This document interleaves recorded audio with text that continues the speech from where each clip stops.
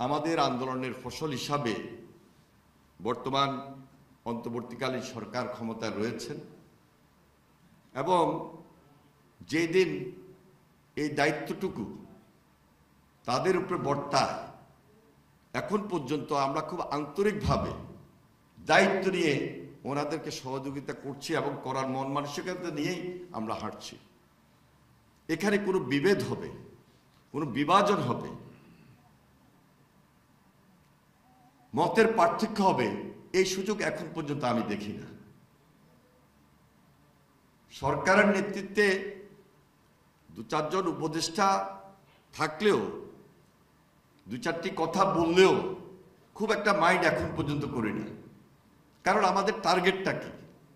টার্গেটটা হলো যে একটা সুন্দর বাংলাদেশ আমাদেরকে গড়তে হবে এবং সুন্দর বাংলাদেশ গড়তে গিয়ে বিভাজন কোনোভাবেই কাম্য হতে পারে না।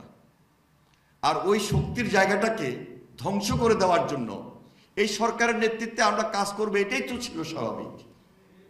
কিন্তু এখন পর্যন্ত কিন্তু পারছি না এবং পারি নাই। আর না পারার কারণটাই হলো যে আজকে কোনো কারণে এই যে তরুণ সমাজের মধ্যে দ্বিধা বিভক্তি আনার চেষ্টা করা হচ্ছে, এটি কিন্তু আরেকটা কারণ। আর এটি যেন না হতে পারে সেজন্য আমি এদেশের ছাত্র, এদেশের যুবক, যাদের মধ্যে তারুণ্যের শক্তি এত কঠিন এবং তারুণ্যের শক্তির কাছে সবকিছু হেরে যায়, এই শক্তিটাই আমাদের প্রয়োজন। আর এই শক্তিটাই ওই ফ্যাসিস্টের বিরুদ্ধে আমরা যেভাবে আন্দোলন সংগ্রামের মধ্য দিয়ে একত্রিত হয়ে একটা ঐক্যের বন্ধনে আবদ্ধ ছিলাম, বিশেষ করে এই জায়গায় আমাকে বলতে হয় এই ঐক্যের একজন বড় নায়ক ছিলেন জনাব তারেক রহমান। এখন পর্যন্ত যতই ওনার সঙ্গে কথা বলি, তিনি এই ঐক্য বিনষ্ট হওয়ার জন্য কোনোভাবেই রাজি নয়। এই ঐক্যকে আরো কঠিন এবং ইস্পাত কঠিন সুদৃঢ় ঐক্য নিয়ে আসার জন্য এখন পর্যন্ত আমাদেরকে পরামর্শ দিয়ে যাচ্ছেন।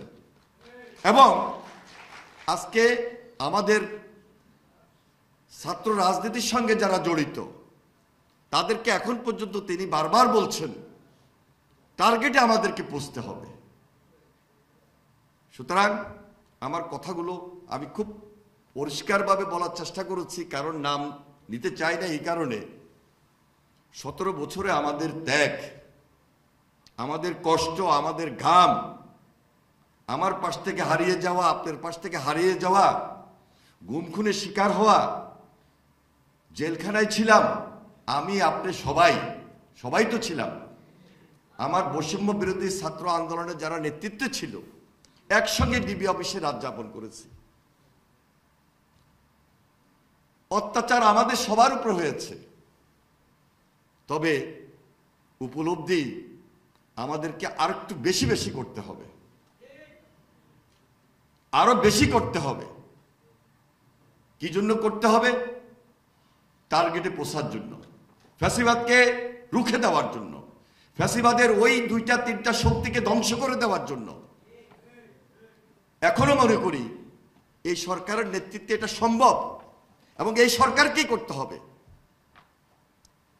হয়তোবা সব কাজগুলো তারা করতে পারবেন না, তারপর তো একটা নির্বাচিত সরকার আসবে, জনগণের সরকার তো আসবে, এবং জনগণের সরকারের সবচেয়ে বড় দায়িত্ব হবে এই ধারাবাহিকতাকে রক্ষা করে টার্গেটে পৌঁছা।